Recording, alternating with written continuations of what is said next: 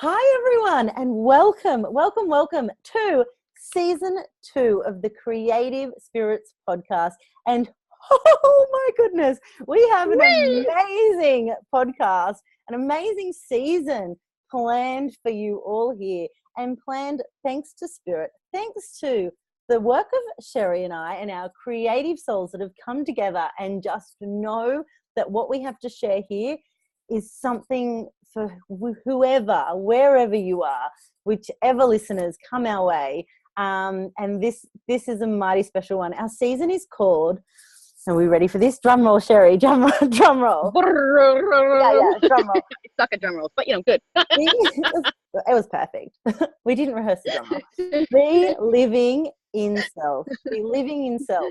So it's a play on words, and I write about it in the beautiful Letters to Tibetan Monk, about when we believe in ourselves, we can more easily live in ourselves and live with ourselves and embrace, celebrate, love all of us for who we are and what we have to offer this world, our unique gifts, and embracing that and celebrating it and all the really good, yummy stuff.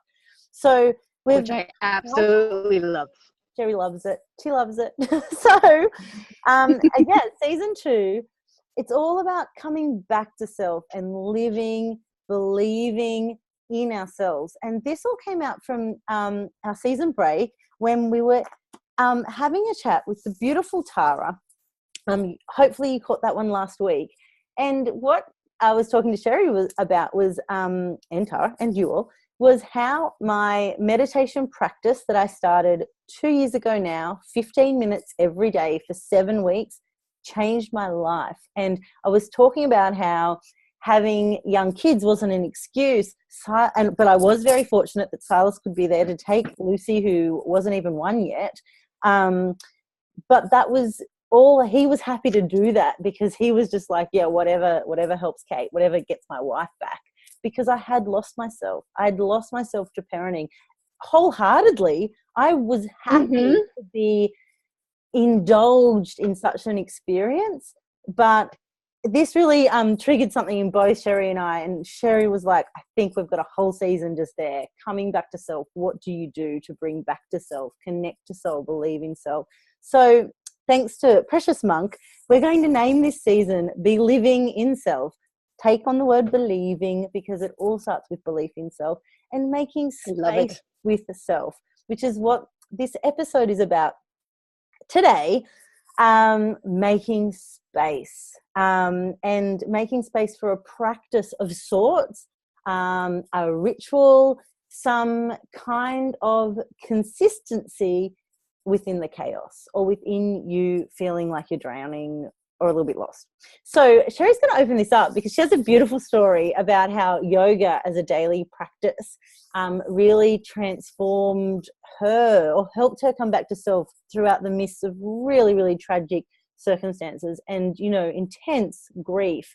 And also it works out perfectly because you may have seen, for those who follow Sherrie's beautiful Insta and social media journey with Creative Mermaids, she has this amazing journal all about devoting yourself to a daily practice. So it's the perfect time for us to be talking about making space for self, coming back to self, and believing in self. So Sherrie, tell us about this journal, and let's chat about making space for self. Perfect. And this is actually something that when you said about how you lost yourself in motherhood too, and why when we were talking to Tarah, I got goosebumps, and I was like, this is why season 2 has to be about this, getting my wife back, getting yourself back. This was just so true, because I think we all do it to various degrees, some of us more than others. And I drowned in motherhood. I gave myself completely up. And I was actually having a conversation with my friend not too long ago, who said to me, she was like, I read this wonderful quote, which was, it's so easy to lose yourself in motherhood. And isn't it wonderful that you can? And I was just like, oh, it's so true. And she's like, but you got to pull yourself back out, that it's so tempting. It's so wonderful that you can do this, but you can't. Like, you can do it. It's a wonderful space to lose yourself in. But this divine mother, there is a divine mother, and she's not us. Like, our divine mother is part of the universe. Wow. We are not meant to be her. You know what I mean? We are meant to be very humans. We are meant to be ourselves, and motherhood is an aspect of us, not the entire of us. And so my story with the yoga journal was I completely lost myself in motherhood. Same thing. And also it was a very difficult time anyway, because my partner was at a startup. So he was constantly at the startup. So it was very easy to kind of start the slippery slope of, well, I need to be mom and dad. I need to be everything. You know, isn't it? And again, you start challenging yourself when it comes to your babies, because you're like, well, I don't need any more happiness. You know, it's the whole thing of this gratitude thing that we talked about in season 1, you know, gratitude to cat instead of catapult. Instead of being like, oh, I'm so lucky I have this wonderful love for my babies and I can be me, it was, no, I don't need anything else. I shouldn't want anything else. I'm so lucky to have these babies. And again, you know, guys, I always say it, don't protest too much. You know? Like if you were trying to convince yourself how wonderful something is, it's probably not as wonderful as you think it is. I mean, or at least it's not supposed to be all consuming. It is wonderful, but it's not supposed to consume your entire life. And I think this is the important part for making space for yourself, making space for other things. It's just because something's great, it doesn't have to be your whole life. You have to be multifaceted. It's allowed. So you're allowed to be you. And so my relationship was almost completely at an end. And I started going to yoga and I found it was wonderful. And then, you know, I was already kind of helping me, and I was, but not committing to it. You know what I mean? It was like, oh, today I'm not going to go. Whenever I went, it felt great, but I wasn't committing to it. I wasn't making it a ritual thing. I was allowing the kids, when they cried, oh, mommy wants to go to yoga again, I'd be like, okay, mommy's going to stay home. You know? Yeah. Like, let that guilt. And, you know, my partner would look at me and be like, I'm their father. You can go. Right. You're not. Yes, all the time. Like, they will survive. Like, Silas would just be like, they will survive. And I'm like, well, they might not. You don't know that. Like, they need me. They actually need me. You don't watch them as carefully as I do. You know? Like, I'm the I best sit person with them. for I watch them breathe. Yeah. I count the breaths. You know? Guilty. Yes, Guilty. very much so. And then,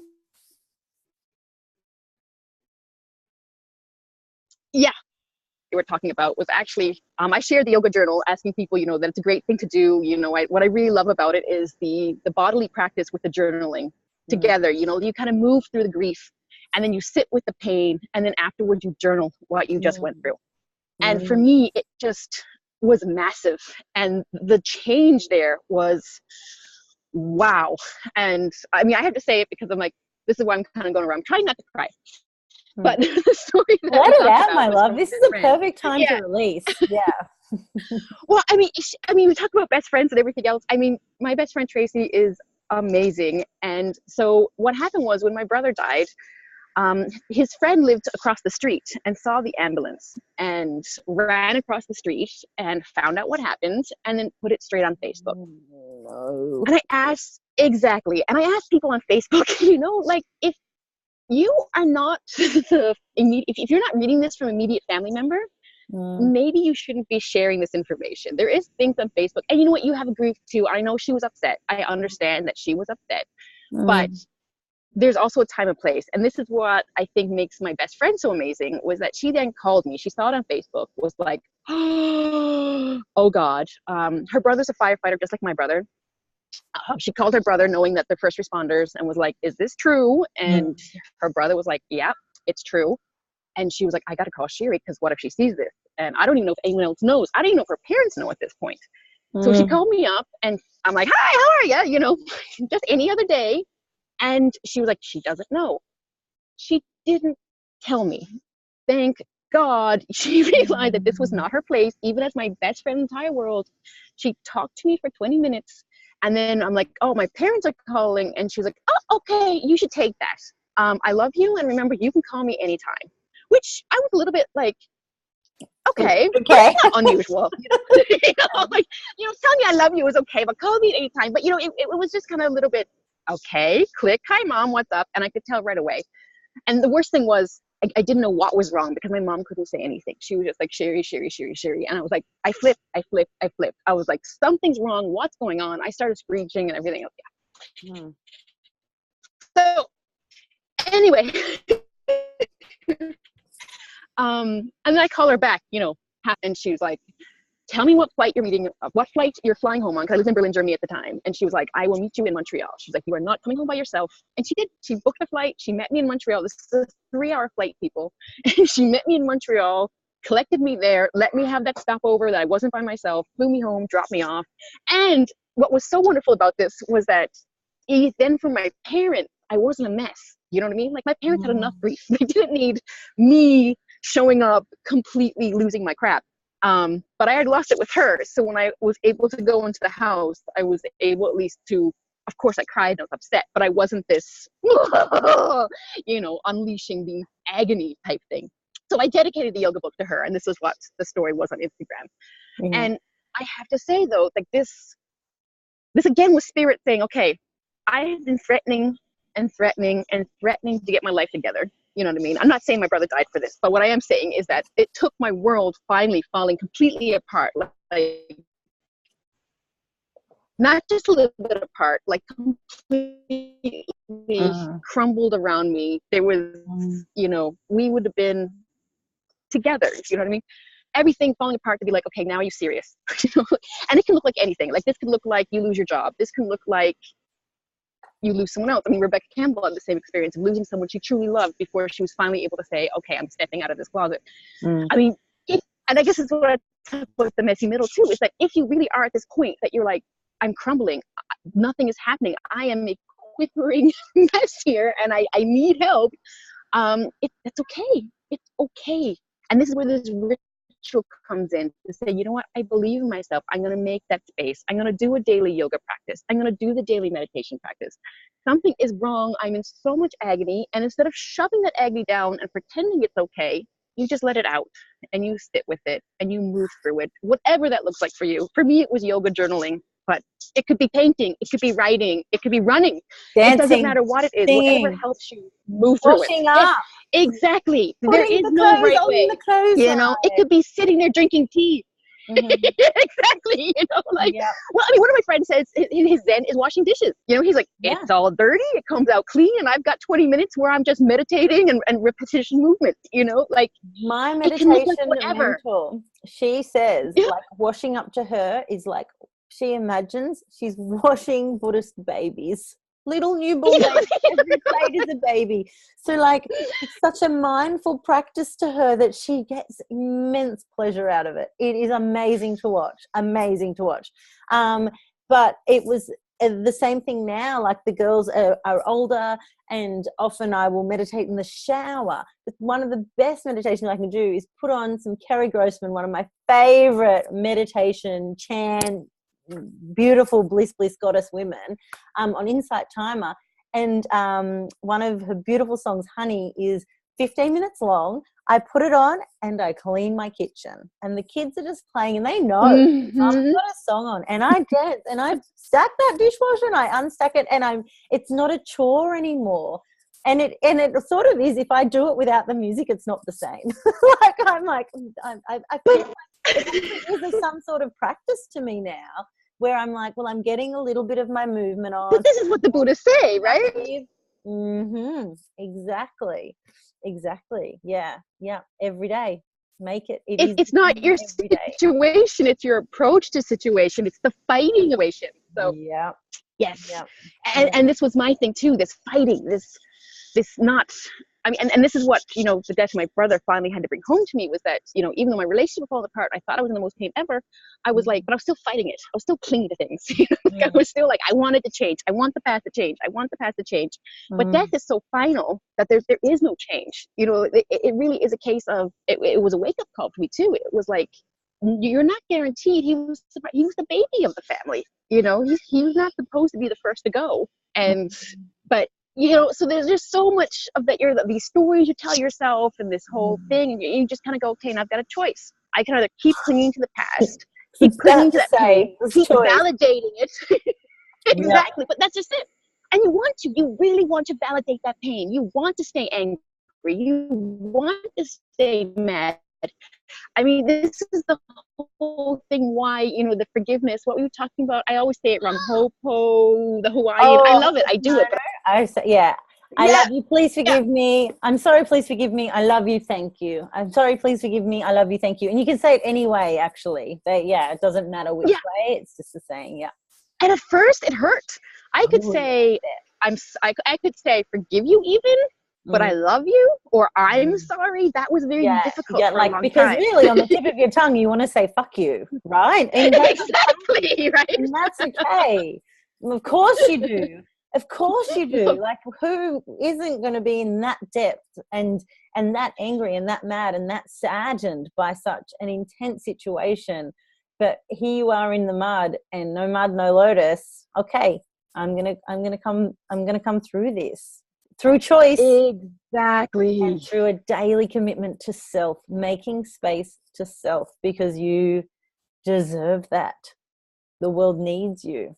And Absolutely. because you're That's here. perfect. Yeah, you're Yes. still here too. And that's a big one. Yeah. Yeah, Yeah. So over time, yeah, did Ho'oponopono, and my apologies, I'm exactly. definitely saying that wrong, but everyone knows what we're talking about. And if you don't, we will put a little link. Yes, exactly. But did it start to flow? Like when I first started saying that, I didn't even know what to. A friend just suggested it. It felt so foreign to say, I'm sorry, please forgive me, I love you, Mm-hmm. thank you. Mm-hmm. What am I even sorry for? I'm awesome. I'm sorry you hurt me. Yeah, You know, like, I'm not sorry. I'm not sorry for what I did. Hmm. So did you find the flow? I'm the wrong victim here. It Yeah, was very difficult at first. yeah. Like I said, even forgive you, but I realized it wasn't true forgiveness. You know what I mean? Hmm. Because it was one of those like, Yeah. yeah, I forgive you, but I still hope you die. You know? Mm. And I who am I couldn't. even? I And could at do a that surface stage, did you forgiving. even know who you were talking to? Because this is a whole nother conversation too. But like giving up on spirit and the universe is almost the default. That's what we do. That's the first thing we do because it's so easy to just throw the invisible to the gutter and be like, well, Mm-hmm. people said the universe has your back. Well, obviously they don't because this really shitty thing has happened to me. So F you, universe. And Mm-hmm. what I say now as a spiritual guide and mentor is please don't give up on spirit. Please don't make that your default because, that is going to be the biggest sabotage where here you are with this choice to go, no, I'm not going to let this break me. Or yes, it can break me. It can break me open, but I am going to show up for me. And, we make it our I knew this had to come out eventually because I've had a blog waiting to be written about this. We make it we're so quick, it's so easy to go F you universe, F you spirit, you're not even with me, angels, whatever, or no evidence, doesn't exist. But it's when you really lean into that support that is there that you can grow. It really, and for anyone that's come this way, it is absolutely spirit led. So I know it's safe to say here that it is safe to find your daily practice, whether it is dancing while you wash up, making a cup of tea and drinking it until the end, or committing to yoga or meditation practice. Making that space for yourself is so important to help you remain, I guess in a way to keep spiritual faith. But really at the end of the day, I really believe it's faith in self. Like that's where all of my work in spiritual guiding stems from. Yeah, exactly. It's yeah, and I know it's always everyone like yeah, lessons learned and everything else, but it is what it comes down to, right? Like it really comes back to believing in yourself, living in your body, trusting that, not running away from the pain. I mean, that's where the lessons are. That's where the real juice of life is. That's where the poetry comes from. That's where the stories come from. This is even our sanitized fairy tales have really horrible things happening in the middle of it. I mean, go watch any of the honest trailers. Do you watch these on YouTube? What? No, I need to though. I will. Or I won't. Okay, I'm sorry. I may send you down a hole, but type in honest trailer. It's so good. Honest trailers of any Disney movie. Mm. And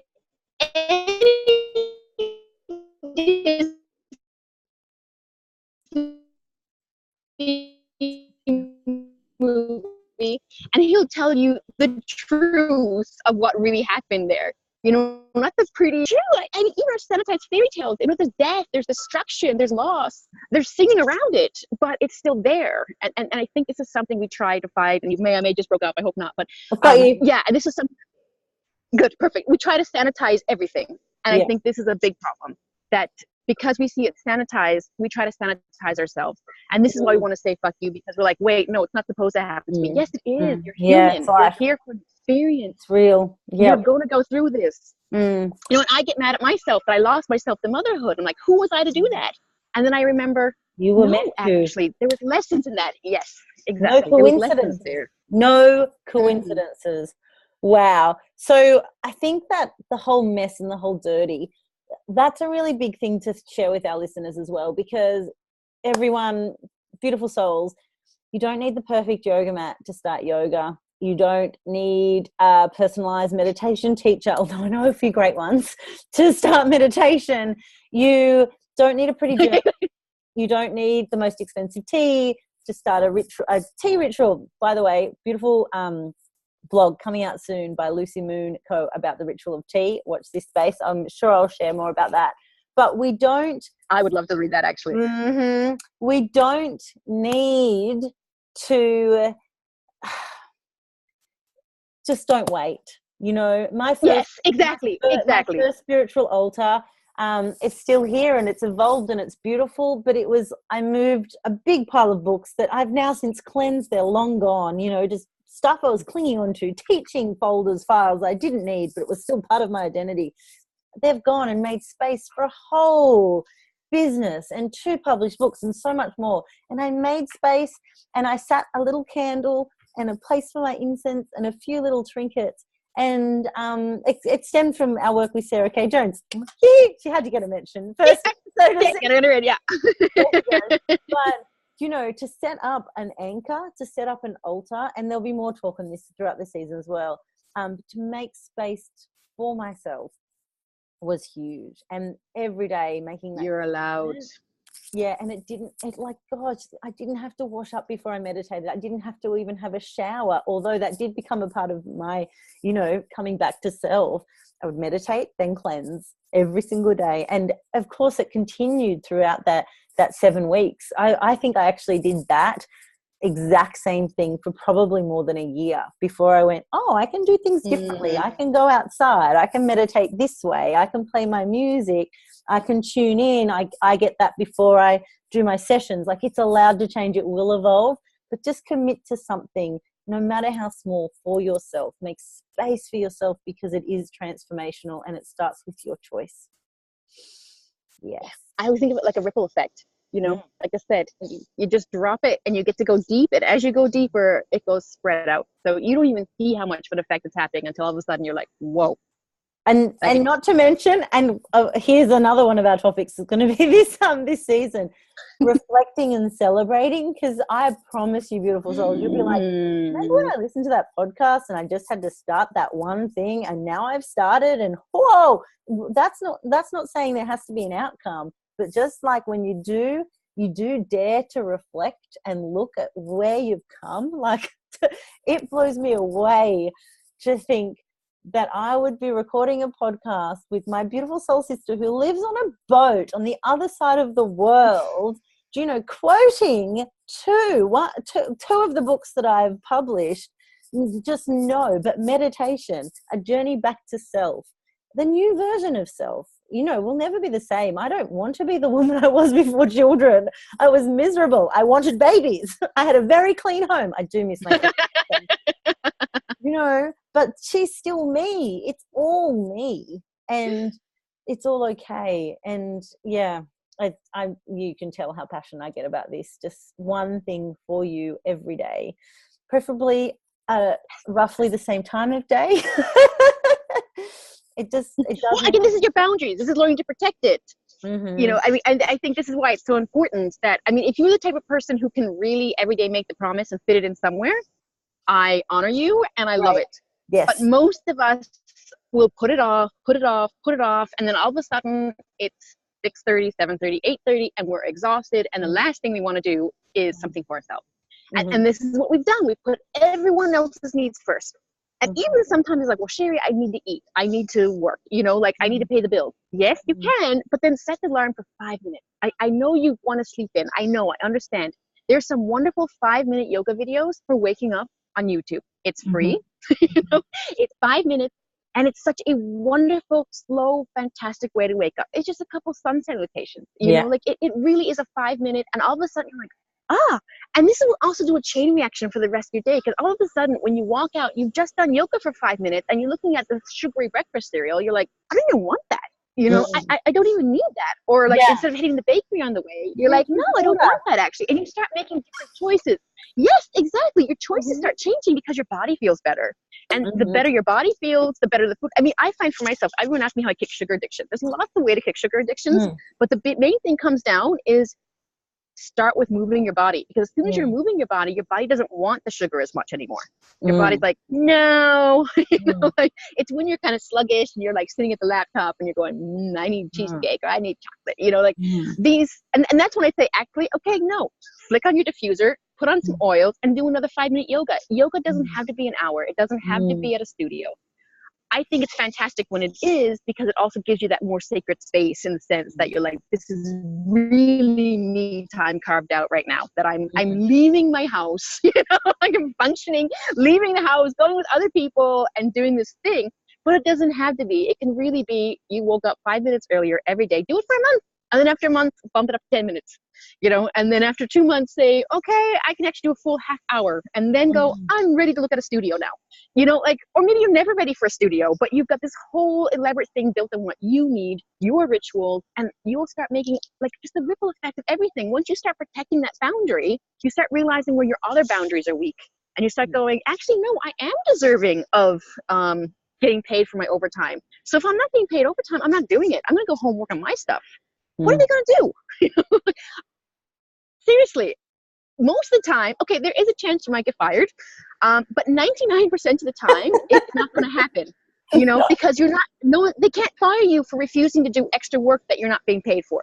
I don't know about the circumstances everyone's in, so don't quote me on that, obviously, but 99% of the time, if you're doing your job within your paid hours, and it's an acceptable job, they can't force you to do overtime all the time. And if they are, there's a problem. In Feel which the case, fear and do it don't want to anyway. say no. Yeah, exactly. We just hate saying no. We hate people being disappointed. And we get so obsessed with the stories. We go, oh, this is where it's so important that we let go of the outcomes, because we go, oh, but they're going to think this and say this, and just give it a try and see what happens, because probably not. Go home and write. Exactly. Go home and think. And even if they do, they'll find someone else to do it who they either pay, in which case they could have paid you all along, or they hire somebody else to do it, in which case you're not being free work. You know what I mean? Like, so I just think that there's this huge ripple effect. It's not going to happen right away. I mean, obviously we all think that we're going to start this ritual and then tomorrow we're going to be, oh, I share this actually again in Harness Your Healing Brilliance, but it was like this meme on the internet, which was like what everyone thinks a spiritual awakening is, which is like this woman on a mountaintop. And then exactly. I need to find that again and share it. Underneath. Yeah, it's my absolute favorite. It's like what we think is a spiritual awakening looks like. This is beautiful woman meditating, and then let's do the underneath together. You ready, Sherrie? This is a great way to end. Like what it really looks like. What it really looks like, guys. Oh, that's right. Not everyone. But it's this woman running down her face. She's howling. She's howling. It's so true. It's messy. It's messy. And the whole thing is that woman on the mountaintop is the ending. That's the destination. Maybe.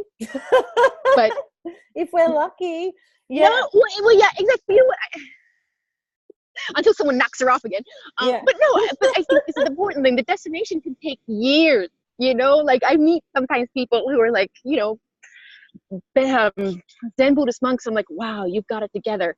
You know, I actually went to a really fantastic talk, which was we'll end it after that. But in Berlin, Ruth Odeki, I can't remember, but she wrote a fantastic book, Tales of the Time Being, which is all kinds of plays on words. And she's amazing, and she's a Zen Buddhist monk, and she just had it together. You know, like she just had this sense of, oh wow, I wish I had that. You know, especially with my crazy energy going all over the place, and she was just collected. And when I asked her about that in the group, how does she do this? And she was like, it's just a moment. She was like, this moment will pass. She was like, there's times when I'm like, I'm the best writer in the world. I'm like, well, this moment will pass. And there's times when I'm like, I'm the worst writer in the world. And she's like, well, that moment's going to pass too. She's like, it's all just moments. But she's been studying this for like 20 years to get to this point, and she's still not there. You know what I mean? Like, she's there from my perspective, but from her own perspective, she's still having the issues. She's still having the self-doubt. But at least now she realizes, after 20 years of studying Zen Buddhism, and devoting herself to this and her writing, she realizes it comes and it goes. This moment will also pass. There will be another one, good or bad. It's always going to pass. And I think this is something that we can end on, which I think is just wonderful, that to remember that this is why your rituals help you. They help you pass those moments, the good and the bad, and always just kind of come back to center and be like, okay, I'm still me. It's okay to be me. Make that space to you, for you, beautiful souls, because it is magic. And look what comes out of that. A whole spectrum of magic, and you deserve it. And the world deserves to hear what you have to share, to hear your unique voice, your messages, in whichever way that is. And even if that is just a more grounded, connected mother, even if it is just, I want to be more present, like, that's okay. You can be grounded and connected. Whatever your desires are, honor them, honor those desires, but make sure they're true to you. And you're going to hear, you're giving permission to others to do the same. Yes. You are an example then. This season, be living in self, in yourself. And we've got lots, we've just got a whole bunch more content from this conversation. As always, Sherrie, love you. Yes, Kate, it's always fantastic. Tuesday mornings are like, whoa! I fly around on Tuesdays. I go to bed very late on a Tuesday night because it just takes me a while to come back down to earth, but I love it, and I wouldn't have it any other way. And listeners, if you're hearing this on whichever platform you find it on now, because we're on most of them, just saying, let us know how you found this, how you're making space for self, what ritual you've started, if it's a yoga practice, if it's meditation. Reach out to Sherrie or I if you're looking for any guidance in any of those ways. We love connecting with you, and we look forward to showing up next week with something super special all over again. Sherrie, and good night. And hello, and good morning, everyone, wherever you are in the world. Exactly. Happy summer, happy winter. All of this. Creative spirits. Bye-bye.